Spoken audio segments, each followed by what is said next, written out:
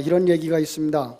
오래전에 러시아의 수도 페레츠부르크라고 하는 동네에 아까기에 비치라는 노인이 살았습니다. 러시아 그러면 추운 동네죠, 그죠? 추운 동네. 금년에도 러시아가 얼마나 추운지는 잘 모르겠는데 중국에서 춥다는 소리가 들려왔어요. 얼마 동안 얼마나 추운가 그랬더니 영하 50도래요. 여러분, 그들이 간절한 소원이 무엇이겠어요? 따뜻한 옷이에요. 이 할아버지의 평생 소원, 내 인생의 목표는 아주 고급 외투를 가지는 것. 너희는 그 목표를 달성하기 위해서 열심히 일했고 저축했습니다. 오늘날과 같지 않은 그 당시에는 옷값이 아주 비쌌던 것 같아요.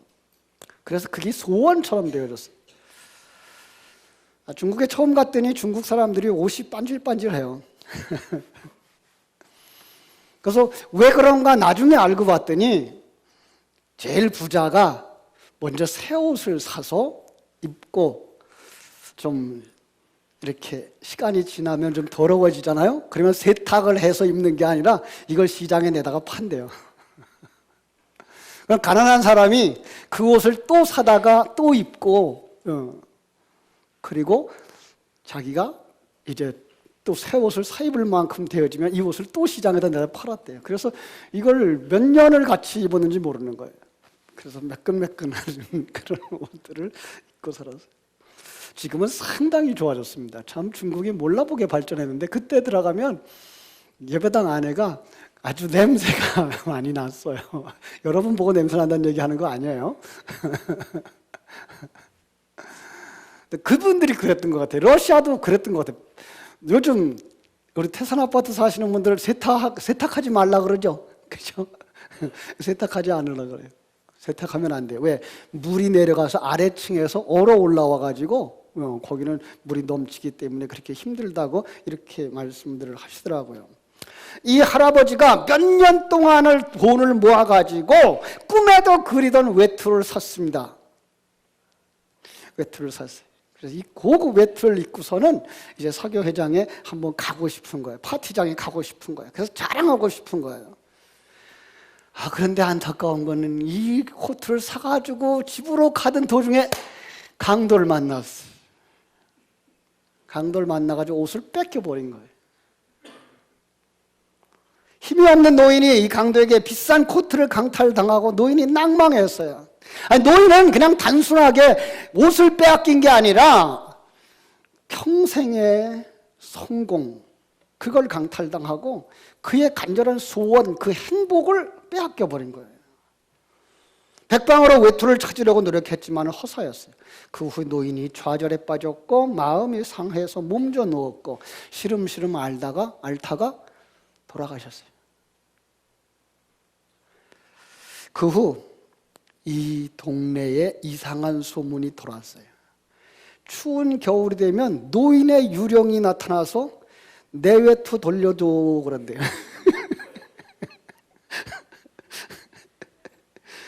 사실 이거는요,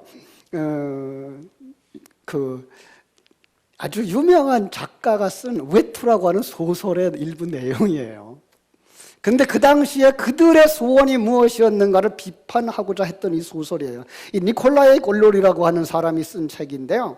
이 당시 푸시킨이라고 하는 사람과 그 문학의 양대 산맥을 이루는 무유명한 사람이었다 그래요. 동화처럼 들리는 이 외투라는 작품 속에서 이 작가 니콜라이 고골리라고 하는 사람은 인생의 헛된 목표가 우리 인생의 허무한 삶을 만들어낸다라고 하는 이야기를 하고 싶었던 거예요. 우리 한번 따라 할까요? 인생의 허무한 삶의 목표가 인생의 허무한 삶을 만들어낸다. 예. 당시 19세기의 말 러시아의 냉소적인 사회적 분위기를 꼬집은 작품이었고요. 그 속에는 영적인 의미가 담겨져 있어요. 우리가 땅에서 바라보고 사는 삶의 목표, 꿈, 소망이 이 땅의 삶만 좌우하는 것이 아니라 영원한 삶을 좌우하더라는 겁니다. 우리 교회도 연세 많으신 분들이 꽤 많은 교회가 됐어요. 그죠?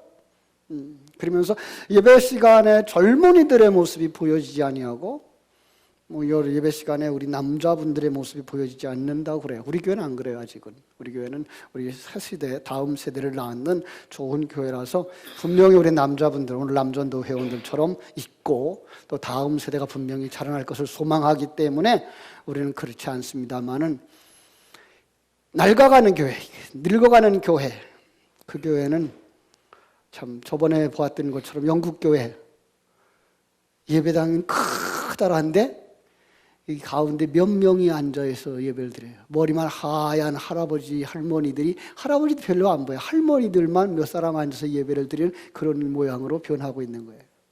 왜 그랬다고요? 정말로 복음의 진리와 핵심을 내 자녀들에게 심어주지 못해서. 이건 무서운 거예요. 이거는요. 오늘 이 시대에 우리가 살아가는데 정말 우리 다음 세대를 위해서 우리가 축복의 통로가 되어지지 아니하고 우리가 생명을 가진 자가 되어지지 않으면 큰일 나는 거예요. 그래서 오늘 본문의 말씀을 통해서 묻고 싶은 거예요. 여러분은 무엇을 바라보며 무엇을 꿈꾸며 무엇을 소망하면서 살아갑니까? 지금 여러분들이 소망하는 것은 당신의 영혼을 좌우합니다. 인간은 지금 잘 사는 것이 중요한 것이 아니고요. 무엇을 바라보느냐가 중요한 것입니다. 오늘 우리 교회에 새로 등록해 주신 분이 계셔요. 이 시간에도 나오셨는데 우리 신윤선, 김정운 어른이에요. 자리에서 잠깐 일어나 주실래요?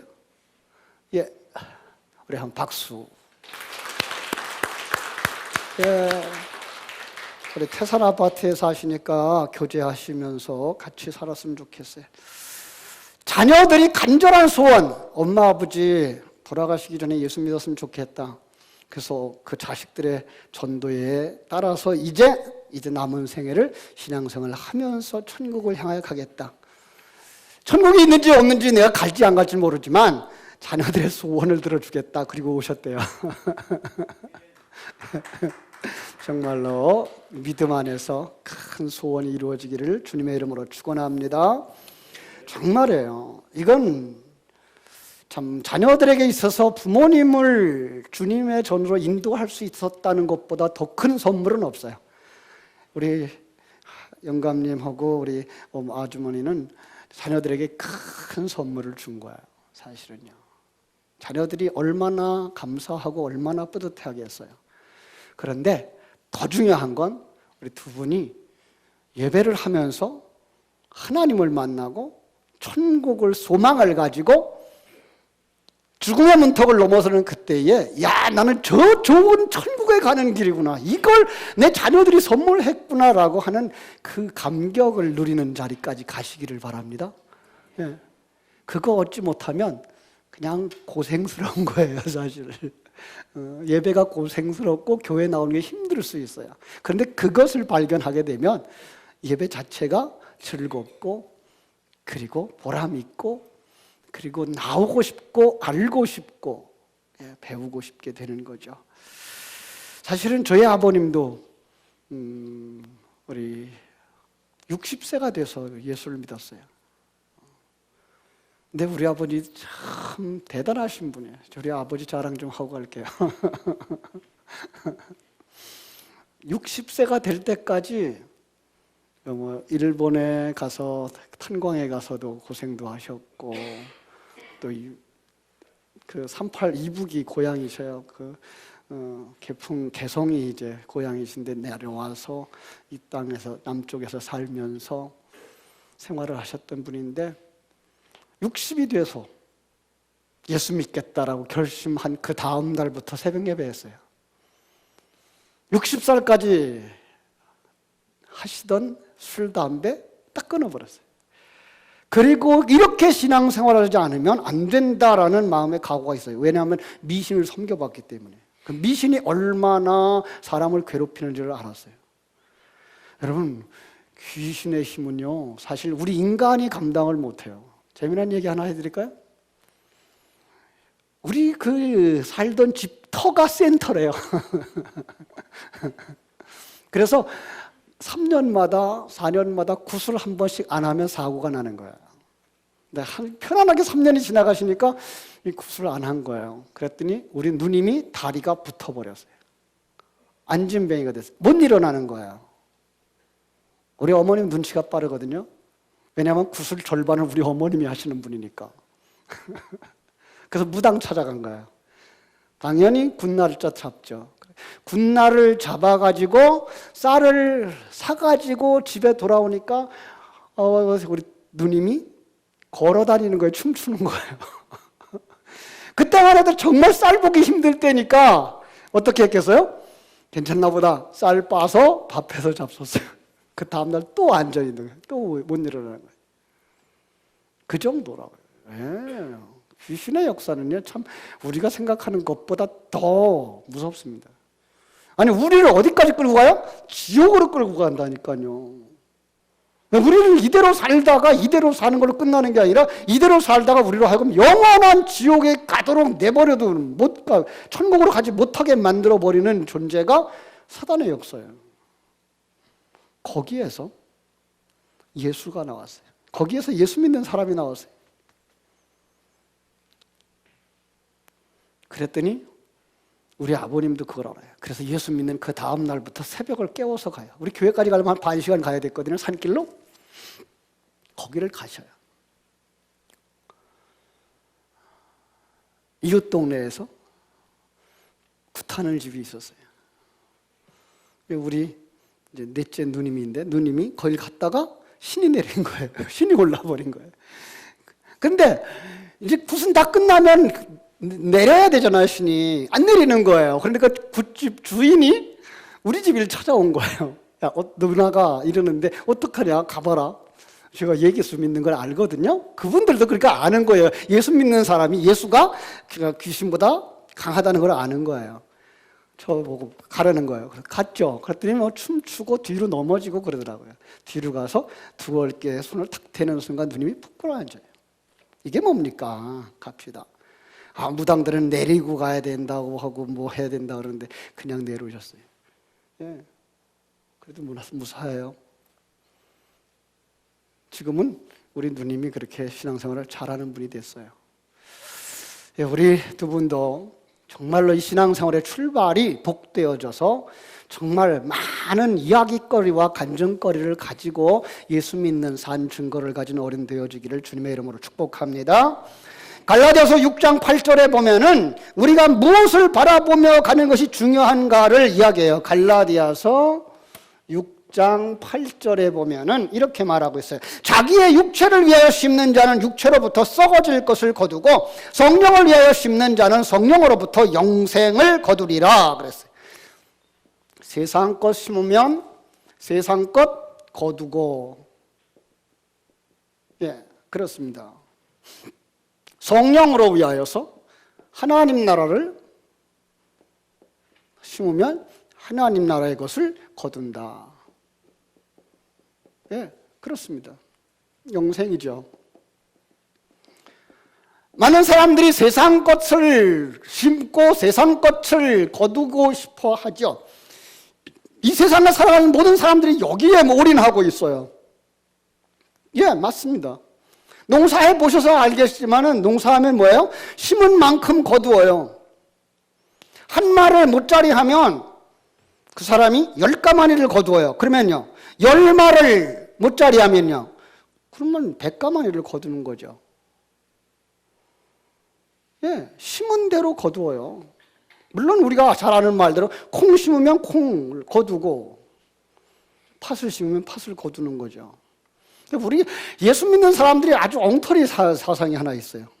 뭐가 하면 하나님의 것을 심고 세상 것을 거두고 싶어하는 이런 엉터리들이에요. 이건 안 통해요.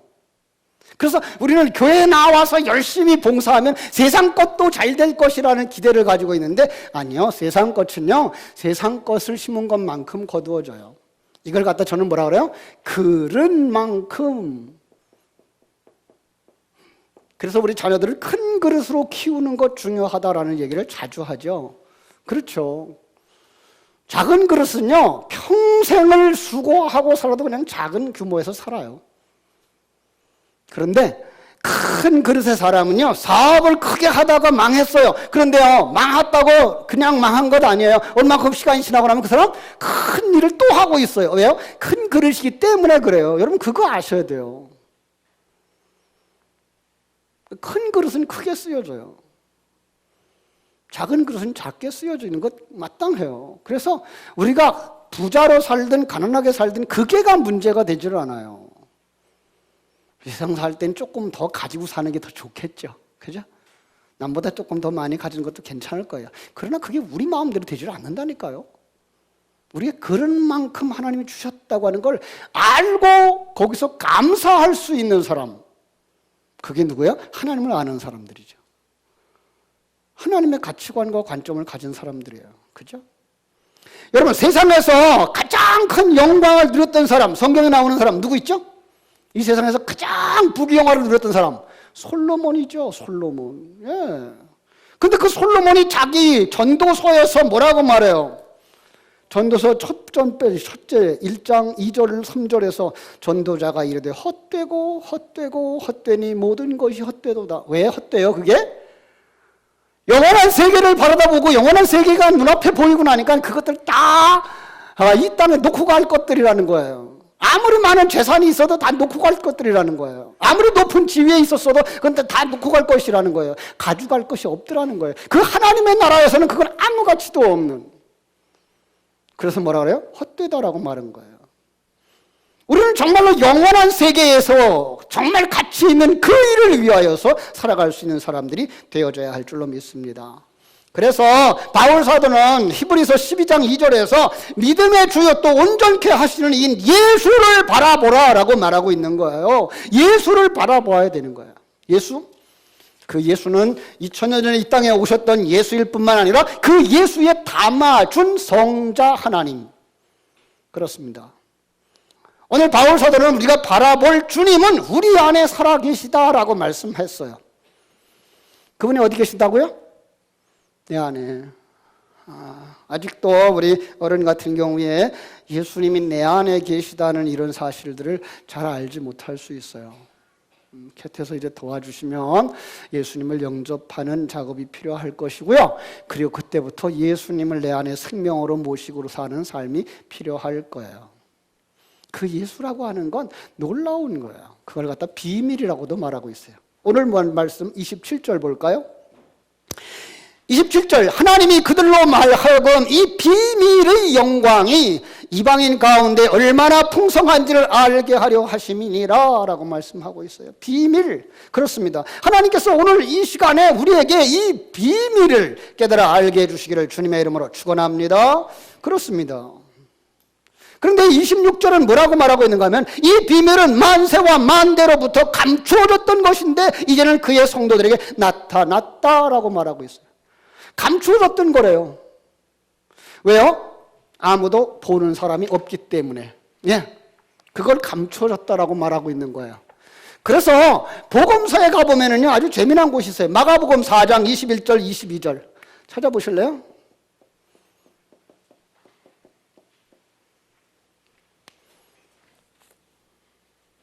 마가복음 4장 21절 22절 찾았어요? 같이 읽어요. 시작. 또 그들에게 이르시되 사람이 등불을 가져오는 것은 말 아래나 평상 아래 두려함이냐 등경 위에 두려함이 아니냐 드러내려 하지 않고는 숨긴 것이 없고 나타내려 하지 않고는 감추인 것이 없느니라. 무슨 말인지 알겠어요? 감추었대요. 숨겼대요. 왜? 어느 날 드러내게 하려고. 그렇습니다. 여러분 이 진리는 많은 사람들에게 다 감추어져 있어요.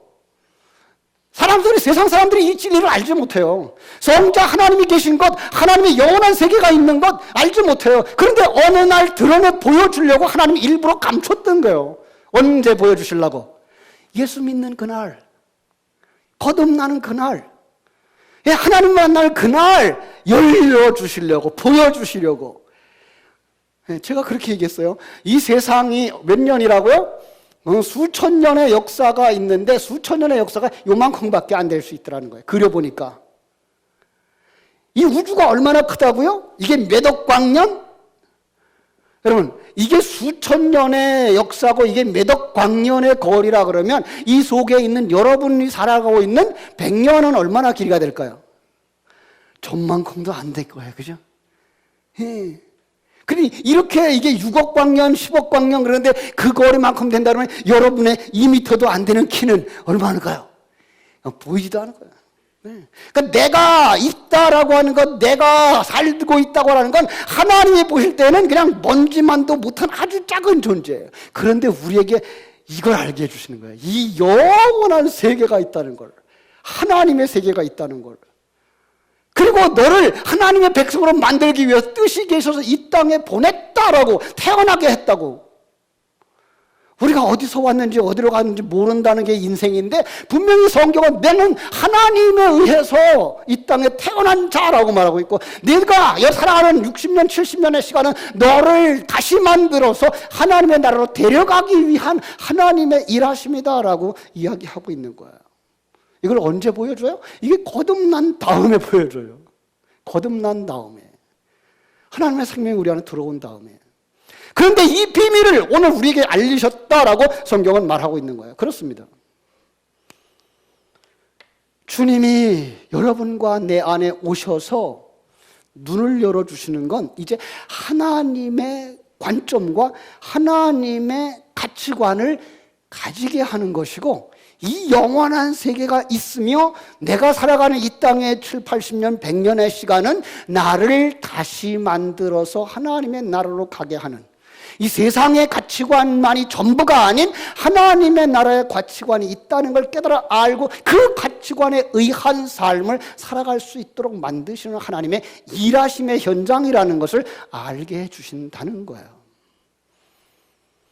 먼저 믿은 사람들이 이거 가지고 있어야 되죠. 그죠? 예.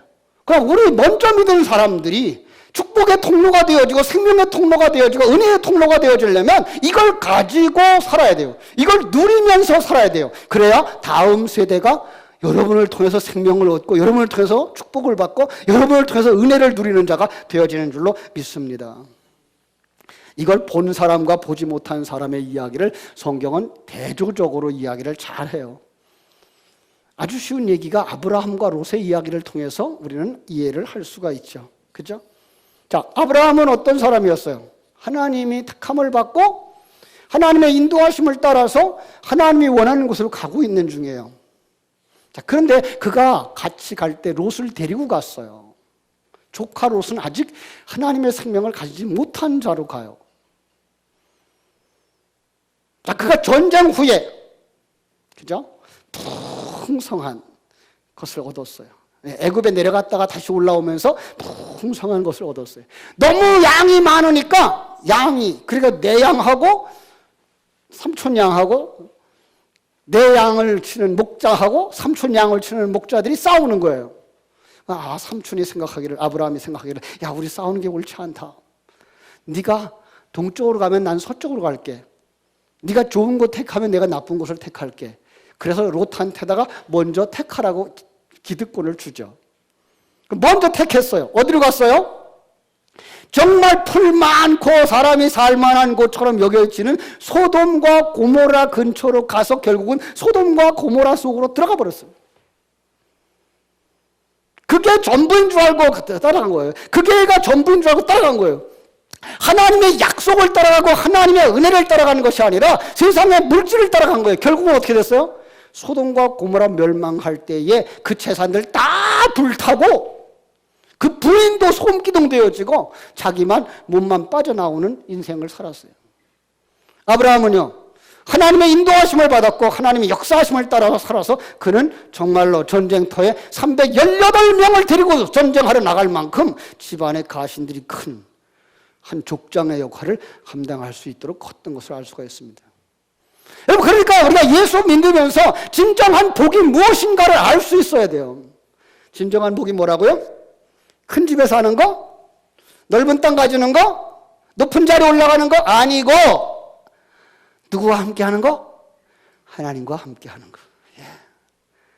전능하신 하나님, 천지만물을 창조하신 하나님, 이 우주를 섭리하시는 하나님, 내 인생을 책임지시는 하나님, 그 하나님을 깨달아 알고 누리게 되기를 주님의 이름으로 축원합니다. 정말로 진정한 행복이라고 하는 것은 정말 온전한 자가 되는 거예요. 우리 골로새서 다시 돌아가서 1장 28절. 우리가 그를 전파하여 각 사람을 권하고 모든 지혜로 각 사람을 가르치면 각 사람을 그리스도 안에서 온전한 자로 세우려 함이니라. 그렇죠? 여러분, 이제 하나님이 우리를 이 땅에 살게 하시는 게 뭐라요? 이 땅을 통과해야 돼요. 여러분과 내가 살아가는 7, 80년, 100년을 통과해야 돼요. 그 통과해서 완성되어서 나올 때 어떤 존재로 나와요? 온전한 존재로요. 완성되어져야 돼요. 그런데 하나님의 백성은 하나님의 백성으로 완성되어지고 하나님의 생명이 없는 자는 지옥의 자식으로 완성되어지는 거예요.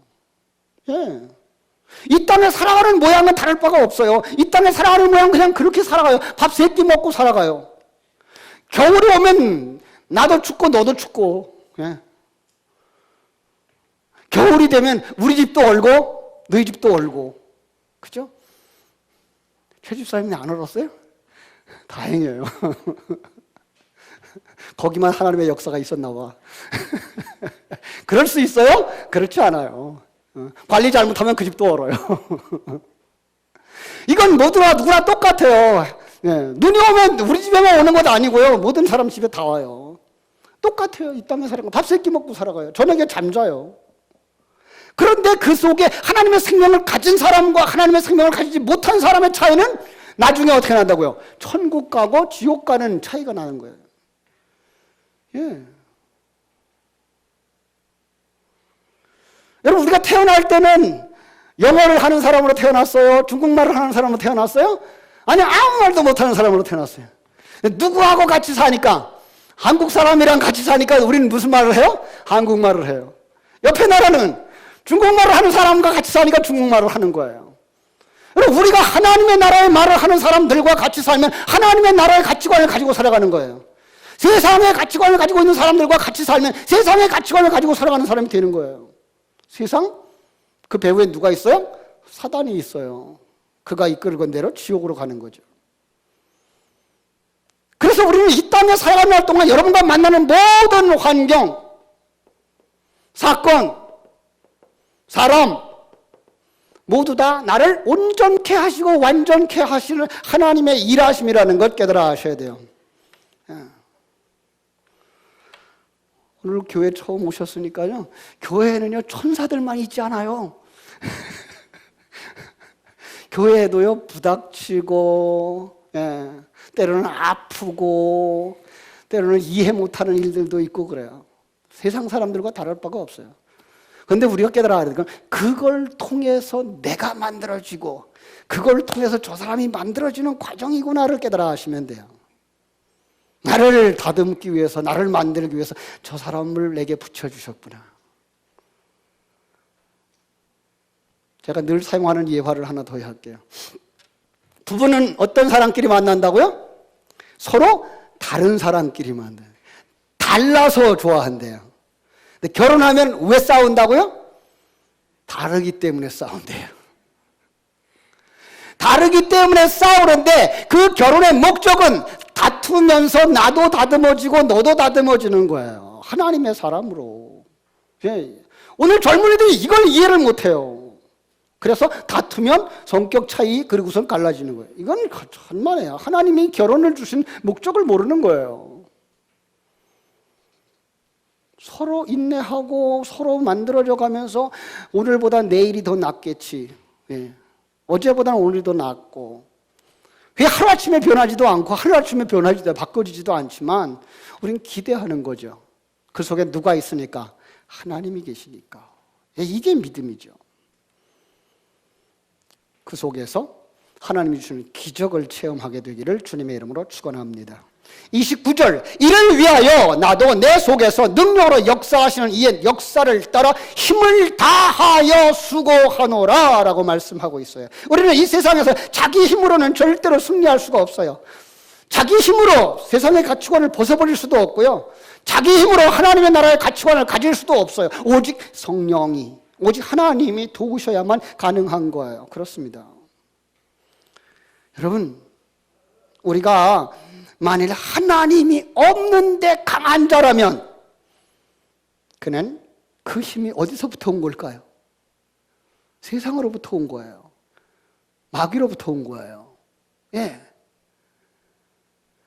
그래서 하나님이 없는 힘은 교만하게 되어지고 죄를 더 짓게 되어지고 지옥으로 완성되어져 가는 자가 되고 마는 거예요. 여러분, 요즘 북한이 기고만장했죠. 북한이 왜 큰 소리 치죠? 핵이 있기 때문에. 여러분, 그런데 요즘 또 이제 뭐 평창 올림픽에 온다고 그러니까 이제 어떤 사람들은 그냥 금방 남북이 통일될 줄 알고 있어요. 속지 마세요. 그렇지 않아요. 그들은요. 그들이 하나님이 없어요. 더군다나 참 양심은 절대 없어요. 안타까운 거죠. 바라기는 그 속에서 예수의 사람들이 온전하여지고 그 땅을 통해서 하나님이 하시고자 하시는 일들이 아름답게 이루어졌으면 좋겠어요. 우리는 29절의 말씀을 다시 한번 기억했으면 좋겠어요. 그의 역사를 따라 힘을 다하여 수고하노라예요. 누가 해야 돼요? 내가 해야 돼요. 하나님이 하셔요. 그런데 그 일을 내가 해야 돼요. 이거예요. 예, 성전 미문에 앉아있는 안전뱅이를 베드로가 일으켰어요. 누가 했어요?